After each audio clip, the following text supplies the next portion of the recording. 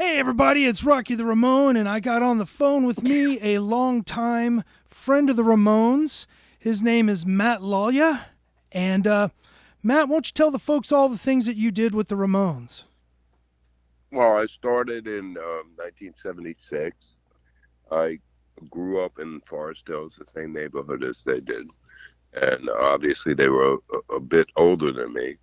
And I started, Mickey Lee, Joey's brother, was doing the job. And I kind of came in there and learned from him. And then he left to pursue his solo stuff. And I took care of the guitars, Dee Dee, and the bass, Dee Dee and Johnny's guitars and basses, and the back line, the amplifiers and that. And then drove the truck, drove the van, set up stuff, and that's about what I did for 13 years. Well, I'm glad that you said that you were working with Dee Dee stuff because I thought I was only going to be asking Johnny stuff, but I'm about to ask you some really like nerdy, deep questions. So Yeah, I that's okay. I guess let's start with kind of a general timeline kind of thing. Were you there when they had their first set of amps, like the ones that we saw in, for instance, the video with the plain yellow background that everybody thinks is Arturo's Loft? No, I was not. Okay. Uh, Johnny had. Do you know that one amp that Johnny had? It was like a 412 combo amp. Do you know about The those amps? Mike Matthews amps, Yeah, I that's. Do you know much about those? they run on batteries or electric. I saw that like 40 D cell batteries. Yeah, he had two of them. Uh huh. By the time I got there, which was maybe 2 years later, they had both been retired, and he used them just for practice for when we rehearsed in New York City before we would go out on the road, and Um, they were kept in storage. did you get there after the infamous Danny Fields uh, investment where they bought their backline? I was right after that. Okay, because it looks like in that video also pre Danny money, Dee Dee's got a gosh, I'm blanking out on what were those bass amps that had the padding that looked like No, I know what you mean. oh I can't think gosh, of it either. The uh, padding around the sides. yeah, and they were sparkly like Yeah, carnival rides. I just can't think of the name now, but those were long gone. Yeah, I never. I know that there's some nerds right now going, I know exactly what that is, you dumbass. Okay, Yeah. so were you there when they had to kind of get their learning curve on going from a smaller stage to a larger stage with higher volumes and more equipment? How much of that Well, were you a part of? yeah. I mean, I was there from the very early days when Leave Home came out. Uh-huh. Um, and occasionally they did larger stages in terms of opening for people. Um, but for the most part, it was relegated to clubs, small clubs. Okay. Um, and then eventually we ended up on the Iggy tour, right? With the not David Bowie wasn't there, but whatever that what is that? The Idiot, the album, It's very or possible. Lust I didn't do or that much Lust for research on Life. that. Yeah.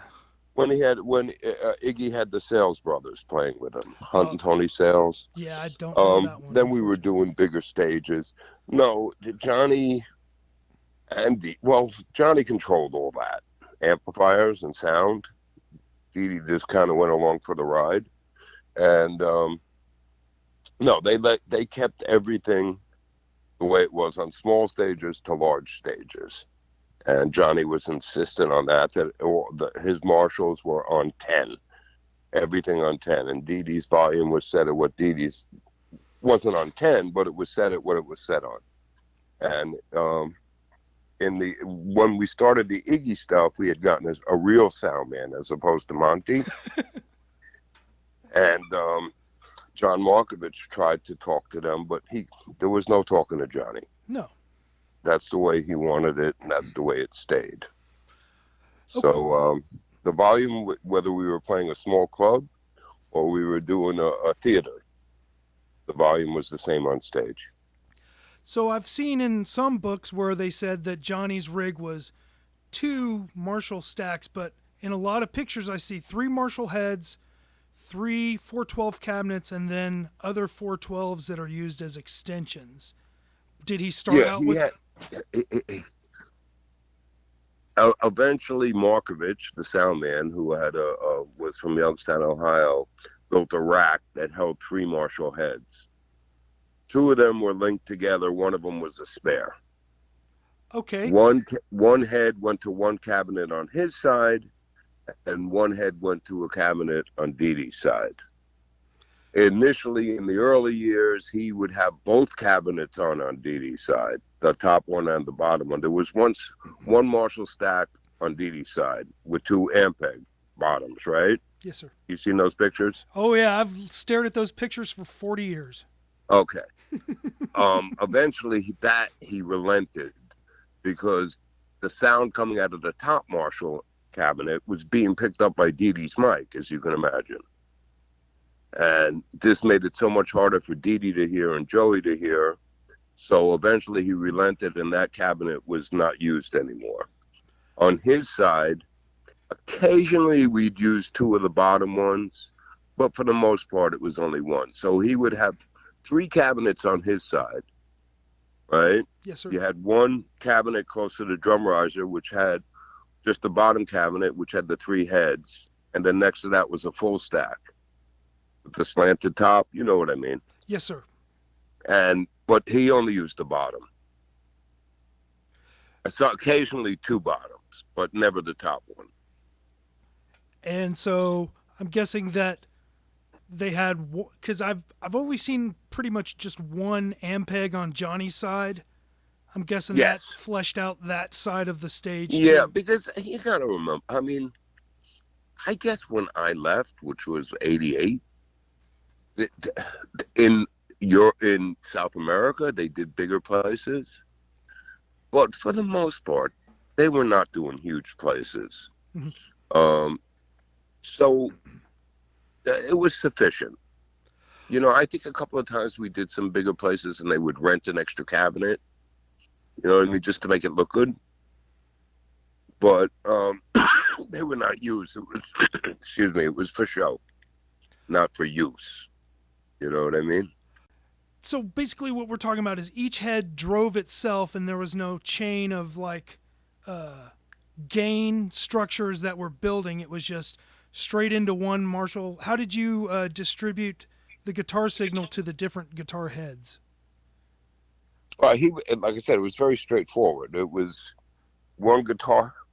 Um, the guitar lead went into his guitar went directly. There was actually an on-off box in Oh, between. that's what a splitter is. What you're talking about?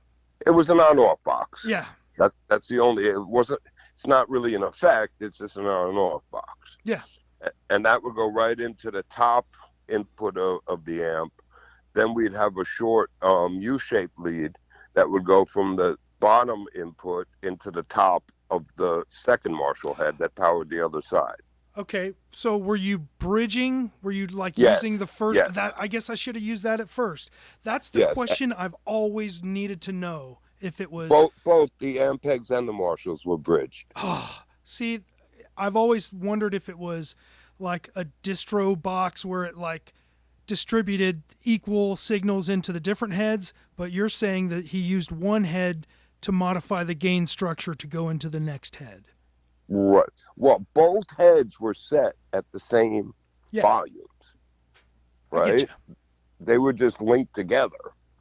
The same thing with the Ampegs. I get They you. were linked together. That was the ultimate question I've wanted to ask for 40 years. Yeah, they were both the Marshalls and the Ampex were linked together. Okay. Or was it? You know, Johnny was not a technical person with the guitar. You know that, right? Oh, yeah. I know he never got it refretted. Right. Right. He never got it refretted. He it was to him it was like a hammer, like a carpenter's hammer. Yeah, it was a tool. It was just a tool. He didn't sit and play, you know, when he wasn't on stage. He didn't bring it to his room. Once he was done playing, it was done. It was gone, not to be seen again. Well, I have So a it was just basically up to me to make sure that his strings didn't break and his strings were fresh and that the thing was working. Besides that, he didn't have a lot of demand.